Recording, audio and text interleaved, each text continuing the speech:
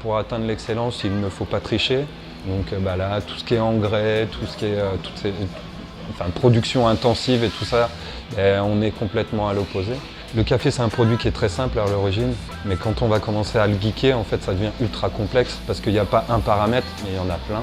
Et même si on a les mêmes machines, même si on peut avoir des cafés qui se ressemblent de la même provenance ou d'un même pays, moi je reste persuadé que chacun a sa signature et du coup en tasse, en fait, c'est là où il y a une grosse différence. Chaque personne a son propre style et je pense que c'est ça qu'il faut aussi respecter. Et c'est ça qui est kiffant en fait.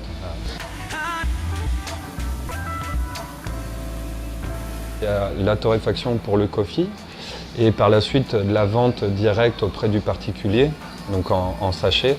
Et ensuite je vais torréfier pour des clients pros, donc ça va être des restaurateurs, des hôtels, mais aussi des coffee shops. L'intérêt d'avoir un atelier et d'un coffee, c'est que Pauline ou David qui sont mes baristas dans le café, eux vont expérimenter ce que j'ai torréfié, donc ils vont travailler le grammage, ils vont travailler la température d'eau, le volume dans la tasse.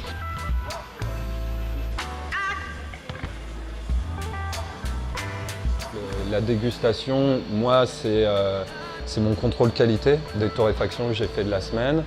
Et on le partage parce que, avant toute chose, c'est une histoire d'échange.